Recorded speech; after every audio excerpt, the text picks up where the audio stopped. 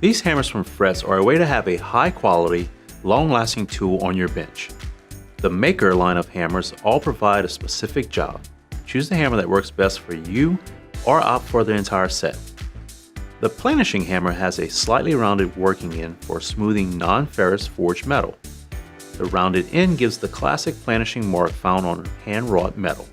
The other working end is flat, which can refine the round planishing marks to near smoothness. The wide raising hammer is useful for raising small vessels or bowls from flat stock. It is also a forging hammer used to draw out wire or thin sheet metal. The narrow raising hammer is a cross peen used to sink metal into concave shapes and fit into curves where a round planishing hammer will not fit. The hammer also leaves a dramatic texture on flat, concave, and convex metal and jewelry.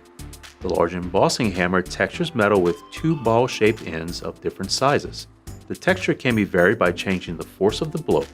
It's also used to emboss or sink shapes into cavities or a sandbag. The small embossing hammer has two round ends which make for interesting textures on smaller shapes where larger hammers would overwhelm the project. Order today at Stuller.com/tools.